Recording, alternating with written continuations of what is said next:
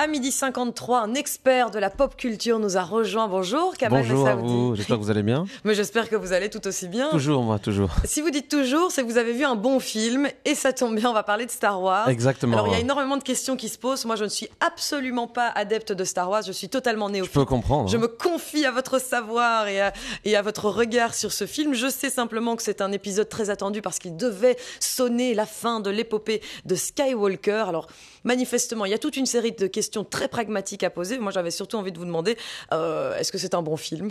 Alors, c'est toujours très subjectif, hein, évidemment, ou objectif, je ne sais pas.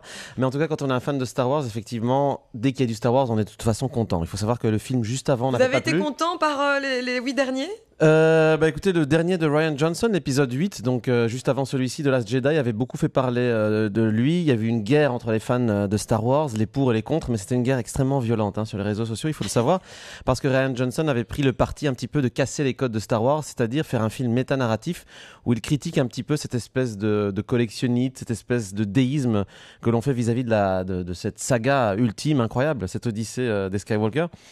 Et le nouveau, ici, avec notre ami J.J. Abrams, qui avait déjà fait l'épisode 7, est ce qu'on appelle un film de fanservice que j'ai vraiment aimé. Alors, encore une fois... De fanservice. Oui, alors effectivement, il y a eu beaucoup de reproches vis-à-vis de Last Jedi, c'est-à-dire qu'ils avaient un petit peu pris de la distance vis-à-vis des fans, essayé de changer les choses. Alors, c'est toujours bien de changer les choses, mais quand on a quelque chose d'installé comme ça, c'est vrai qu'il est bien aussi de résoudre certains mystères, certains problèmes vis-à-vis des arcs des personnages. Vous savez, quand on fait une trilogie, c'est bien de conclure et de comprendre où on va, d'où on vient et surtout qu'est-ce qu'on fait, quoi.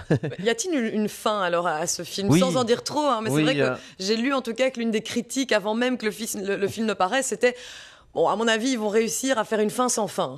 Alors effectivement, il faut savoir que sans vous spoiler, c'est-à-dire sans vous donner les intrigues principales du film, on sait une chose, avant même d'avoir vu le film, c'est que l'empereur Palpatine est de retour dans ce film.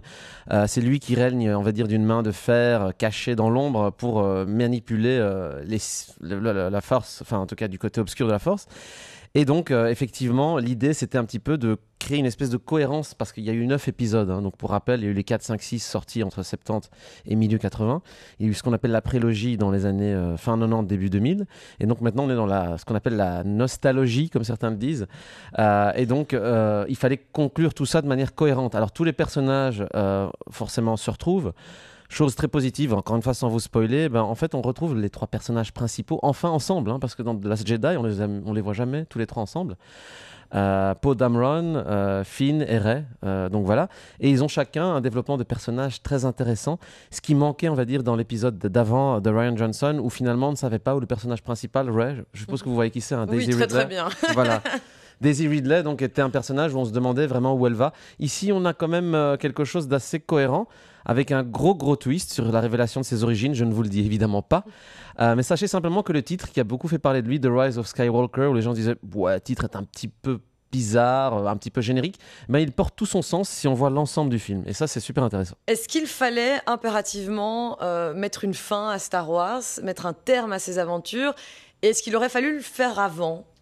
Alors ça, c'est toujours l'éternel débat, mais comme on dit, quand il y en a plus, il y en a encore, parce qu'effectivement, la saga des Skywalker se termine, mais il y a toujours la série The Mandalorian sur Disney+, il y a une série annoncée sur Obi-Wan Kenobi, il y a... Qui sait que dans 15 ans, on redémarre avec une nouvelle trilogie. Mais comme je le dis souvent, il faut se dire c'est un petit peu comme les mythes de l'Antiquité, donc ce sont des histoires qui vont rester, je pense, dans l'histoire de l'humanité pour quelques siècles, je pense, et peut-être que les générations futures, dans 1000 ans, si nous sommes en tout cas, si l'espèce humaine est encore là. Si nous sommes encore là, vous et moi. Peut-être qu'on étudiera cette saga dans les cours de philosophie. Qui sait, il y a énormément de thématiques communes. Donc voilà. Eh bien, c'est précisément ma dernière question. À votre avis, pourquoi Star Wars ? Moi, quand je dis que je n'ai pas vu Star Wars, que je ne connais pas Star Wars, on me dit mais enfin, comment tu as pu louper ça ? Toi qui es journaliste, tu passes à côté d'énormément de choses. Et j'ai l'impression qu'il y a vraiment ceux qui ont loupé le coche et ceux qui sont fans, mais fans de chez fans. Alors l'exemple que je donne, c'est Harry Potter. C'est-à-dire que moi, je ne suis pas du tout de la génération Harry Potter, donc je ne suis pas spécialement émotionnellement attaché à Harry Potter. Là, c'est moi qui vais vous dire quoi, mais voilà.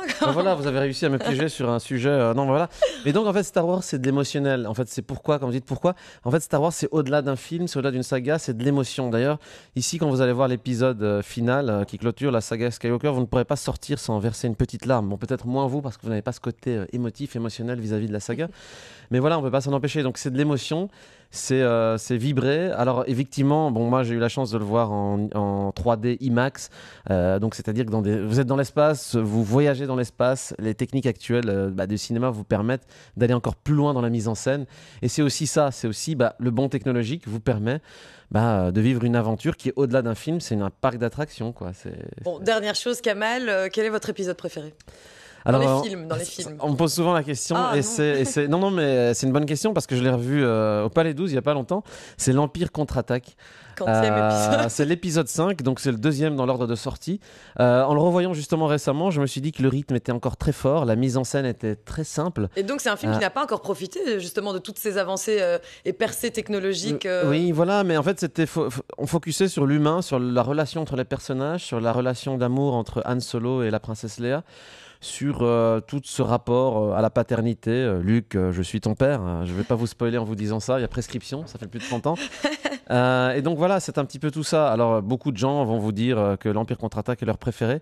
Peut-être moins les nouvelles générations qui vont trouver que c'est un peu vieillot. Faites le test si vous avez des neveux, des nièces, des enfants.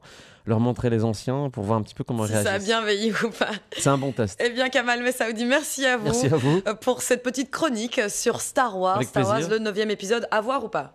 À voir évidemment, de toute façon. Dès qu'il y a du Star Wars, faut voir. Voilà, d'ailleurs la casquette le prouve également. Merci à vous, Kamal. Merci à vous. Merci.